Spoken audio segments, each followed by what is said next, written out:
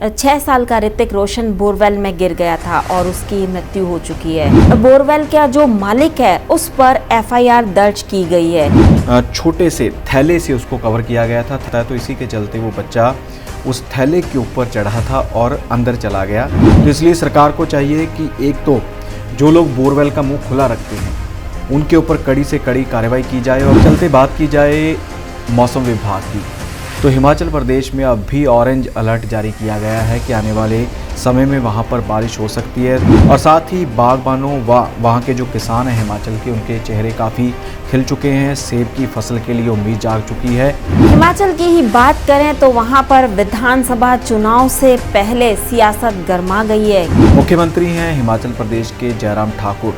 उन्होंने कहा है कि आम आदमी पार्टी पहाड़ नहीं चढ़ सकेगी, उससे पहले ही वो थक जाएगी। राजस्थान में कहा जाता है कि लिंग अनुपात तेजी से कम हो रहा है।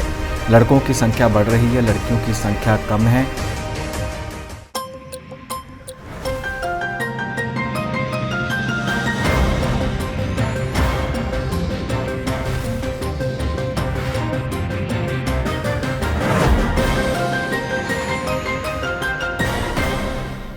नमस्कार, D5 चैनल हिंदी के प्रोग्राम खुलासा न्यूज़ का मैं वंदना आप सभी दर्शकों का स्वागत करती हूं। आज मेरे साथ स्टूडियो में एक बार फिर मौजूद हैं सीनियर जर्नलिस्ट धर्मेंद्र संधू जी। धर्मेंद्र जी, आपका बहुत बहुत स्वागत है। जी धन्यवाद वंदना जी। धर्मेंद्र जी, कल एक बहुत ही दुखद घटना हुई थी।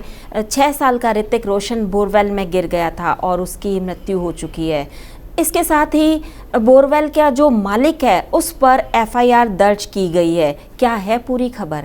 बिल्कुल वंदना जी, उसके ऊपर एफआईआर दर्ज होना बनता भी था। कारण यह है कि छोटी सी गलती के चलते बच्चों की जान चली जाती है। बोरवेल अक्सर खेतों में करवाए जाते हैं, खेतों को पानी देने के लिए। और अगर उसकी कोई ख़राबी आती है या उसको बंद हो जाता है, ख़राब हो जाता है, तो उसके ऊपर एक प्लास्टिक के या किसी भी धातु के ढक्कन वगैरह मिल जाते हैं कवर करने के लिए। लेकिन किसान हैं, पूरी तरह से लापरवाही बरतते हैं और लापरवाही करते हुए वो किसी तरह का ध्यान नहीं रखते। मात्र एक छोटे से थैले से उसको कवर किया गया था। थैला कितने दिन रहता है धूप में, पूरी तरह से गलने लगता है, सड़ने लगता है। तो इसी के चलते वो बच्चा उस थैले के ऊपर चढ़ा था और अंदर चला गया और उसकी मृत्यु हो गई। काफ़ी जो 8 घंटे तक पूरी मशक्क़त की गई कि उसको सही सलामत बाहर निकाला जा सके, लेकिन डॉक्टरों ने उसे मृत घोषित कर दिया। तो इसके चलते अब लापरवाही हर व्यक्ति की बनती है इसमें। एक तो ये कि परिवार है, बच्चों का ध्यान नहीं रखता। दूसरा, बोरवेल का मुंह खुला था, वो किसान उसके लिए जिम्मेदार है। और तीसरा, आवारा कुत्ते जिनका समाधान करने के लिए लगातार कहा जाता है लेकिन समाधान नहीं होता। अक्सर अगर आप किसी कुत्ते को डंडा भी मार देंगे तो आपके ऊपर केस दर्ज हो जाएगा, लेकिन आवारा कुत्ता किसी को नोच कर खा जाए, छोटे बच्चों को नोच कर खा जाए, तो उसके ऊपर कुछ भी नहीं होता। हालांकि जो लोग पालतू कुत्ते रखते हैं उनके कुत्ते भी बच्चों के ऊपर, लोगों के ऊपर हमला करते हैं तो उनके ऊपर भी कोई कार्रवाई नहीं की जाती। तो इसलिए सरकार को चाहिए कि एक तो जो लोग बोरवेल का मुंह खुला रखते हैं उनके ऊपर कड़ी से कड़ी कार्रवाई की जाए, और दूसरा, आवारा कुत्तों का कोई ना कोई समाधान किया जाए। अक्सर हम देखते हैं कि आए दिन ही छोटे बच्चों को, महिलाओं को आवारा कुत्ते नोच नोच कर खा जाते हैं। तो इनके ऊपर भी कानून बनना चाहिए, कानून में शोध होनी चाहिए और कुत्तों के ऊपर भी लगाम, चाहे उनकी नसबंदी करें, चाहे किसी प्रकार से उनके ऊपर काबू डालना चाहिए ताकि ऐसी वारदातें, घटनाएं फिर से घटित ना हो सकें। मौसम ने एक बार फिर करवट बदल दी है, यानी कि मौसम का मिजाज बदल गया है। कैसा रहने वाला है मौसम? वंदना जी, पूरे हिमाचल में, साथ ही हिमाचल के साथ लगते पंजाब के हिस्सों में, हरियाणा के हिस्सों में काफ़ी बारिश हुई है, तेज़ आंधी चली है। और दिल्ली में तो कई जो मेन रोड्स हैं उनके ऊपर पेड़ भी गिर चुके हैं। कितनी आंधी थी, कई जगह पर जो बिजली सेवा वो पूरी तरह से ठप हो चुकी है। लोगों को गर्मी से राहत मिली है, जिस प्रकार से तेज़ गर्मी पड़ रही थी उससे राहत ज़रूर मिली है। बात की जाए पटियाला की, पटियाला पंजाब में पड़ता है, इसके आसपास के इलाकों में बारिश हुई है। फरीदाबाद में बारिश हुई है, राजपुरा पटियाला के पास है, वहाँ पर बारिश हुई है। दिल्ली में बारिश हुई है और काफ़ी और भी हिस्से हैं देश के जहाँ पर बारिश हुई है। और हिमाचल प्रदेश के सभी ज़िलों में ही कुल मिलाकर बारिश हुई है। और मुख्य रूप से हमीरपुर में हुई बारिश ने एक फ़ायदा किया है। हमीरपुर के जंगलों में आग लगी हुई थी, वो आग अब बुझ चुकी है बारिश के चलते। और इसी के चलते बात की जाए मौसम विभाग की, तो हिमाचल प्रदेश में अब भी ऑरेंज अलर्ट जारी किया गया है कि आने वाले समय में वहाँ पर बारिश हो सकती है। शिमला जैसे स्थानों पर रात भर से ही बारिश लगातार जारी है और साथ ही बागबानों व वहाँ के जो किसान हैं हिमाचल के, उनके चेहरे काफ़ी खिल चुके हैं। सेब की फसल के लिए उम्मीद जाग चुकी है। अब देखना होगा कि कितनी बारिश होती है और ऐसा ना हो कि बारिश हिमाचल के लोगों के लिए आफत बन जाए। हिमाचल की ही बात करें तो वहां पर विधानसभा चुनाव से पहले सियासत गर्मा गई है। क्या है वजह? वंदना जी, बिल्कुल हिमाचल प्रदेश में सियासत पूरी तरह से गर्मा चुकी है। विधानसभा चुनाव नवंबर महीने में होंगे इसी साल में और इससे पहले जितने भी दिग्गज नेता हैं वो एक दूसरे के ऊपर बयान भी देते हुए नजर आ रहे हैं। मुख्यमंत्री हैं हिमाचल प्रदेश के जयराम ठाकुर। उन्होंने कहा है कि आम आदमी पार्टी पहाड़ नहीं चढ़ सकेगी, उससे पहले ही वो थक जाएगी, क्योंकि हिमाचल का जो राजनीतिक दृष्टिकोण है वो अलग है और वहाँ का जो पंजाब का है वो अलग है, दिल्ली का अलग है। इसलिए हिमाचल की राजनीति को समझने के लिए आम आदमी पार्टी अभी तैयार नहीं है। इसी के चलते ही आम आदमी पार्टी की हिमाचल प्रदेश की इकाई भंग हो चुकी है।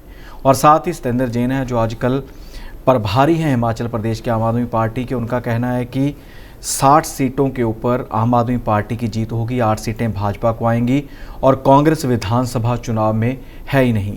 तो पूरी तरह से जो वहाँ की राजनीति है वो गर्मा चुकी है, एक दूसरे के ऊपर बयान दिए जा रहे हैं। अब देखना होगा कि विधानसभा चुनाव में हिमाचल की जनता किस पार्टी को सत्ता में लेकर आती है।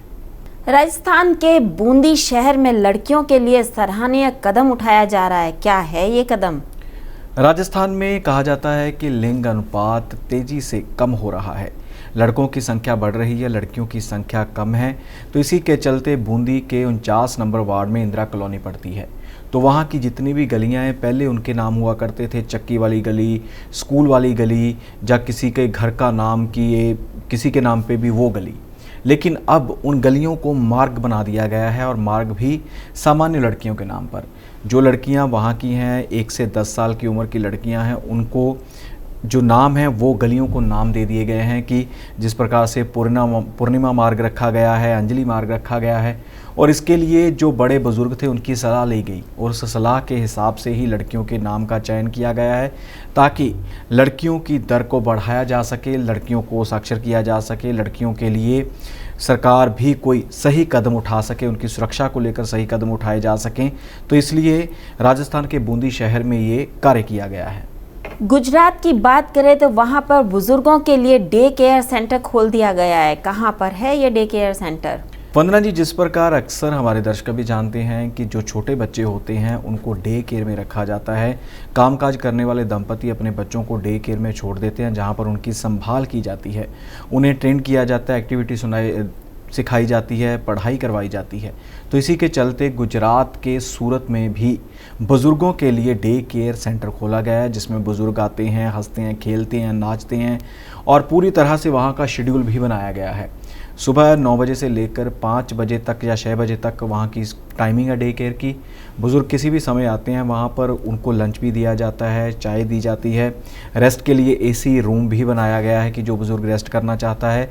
और साथ ही बुज़ुर्गों को तनाव मुक्त करने के लिए तरह तरह की एक्टिविटीज़ करवाई जाती हैं, उनको हेल्थी रखने के लिए भी एक्टिविटीज़ करवाई जाती हैं। और साथ ही एक ख़ास बात है कि वहाँ पर अस्पताल भी बनाया गया है, एक छोटा क्लिनिक बनाया गया है। उसमें डॉक्टर जितना समय तक बुज़ुर्ग रहते हैं वो उतना समय वहाँ पर रहते हैं, ताकि किसी बुज़ुर्ग को कोई सेहत संबंधी समस्या आती है तो उसका समाधान भी मौके पर ही किया जा सके।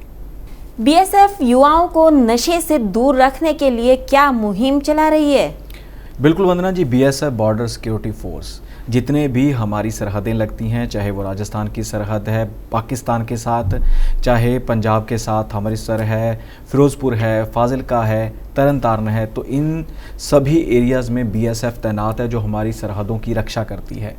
तो कुछ दिन पहले ही बीएसएफ के ऊपर काफ़ी तरह के इल्ज़ाम लगे थे कि नशा तस्करी में वो लिप्त पाए जाते हैं, लेकिन वो सारे बिना किसी बात के थे, बिना किसी बुनियाद के थे। तो तो इसी के चलते बीएसएफ का अधिकार क्षेत्र भी बढ़ाया गया था। पंजाब में 50 किलोमीटर तक बीएसएफ को अधिकार दिया गया था कि वो नशा तस्करों को ढूंढ सकती है, कार्रवाई कर सकती है। तो इसी के चलते बीएसएफ ने अब नया सराहनीय काम किया है। बीएसएफ बॉर्डर से सटे गांव के लोगों को ट्रेन कर रही है। उनको जो लड़के हैं उनको सिलाई कटाई का काम करवाया जा रहा है और इसके अलावा जो लड़के हैं उनको इलेक्ट्रिशियन का काम सिखाया जा रहा है। यहाँ तक कि पुलिस व आर्मी में भर्ती होने के लिए उन्हें ट्रेनिंग भी दी जा रही है ताकि बच्चे युवा नशे से दूर रहें। अक्सर देखा जाता है कि सरहद पर नशा ज़्यादा सप्लाई होता है, तो इसके चलते बीएसएफ का जो सराहनीय कदम है कि लोगों को रोज़गार दिया जा रहा है। कोई वहाँ से इलेक्ट्रिशियन की ट्रेनिंग ले रहा है, कोई वहाँ पर खेलों की ट्रेनिंग ले रहा है। और बात की जाए पंजाब से जितने सटे गांव हैं, 553 गांव हैं, वो किलोमीटर की सीमा है और अकेले फ़िरोज़पुर में ही 100 के करीब गांव आते हैं जो बिल्कुल बॉर्डर से सटे हैं। और वहाँ के बच्चे अब नशा मुक्त हो चुके हैं, अपनी ज़िंदगी का लक्ष्य ढूंढ चुके हैं, रोज़गार उनको मिल चुका है और बीएसएफ ने इसमें काफ़ी अहम भूमिका निभाई है। विभिन्न खबरों पर अपना प्रतिक्रम देने के लिए धर्मेंद्र जी आपका बहुत बहुत धन्यवाद। जी धन्यवाद वंदना जी। कल फिर से ताज़ा तरीन खबरों के साथ हाजिर होंगे प्रोग्राम खुलासा न्यूज़ का में। तब तक के लिए नमस्कार।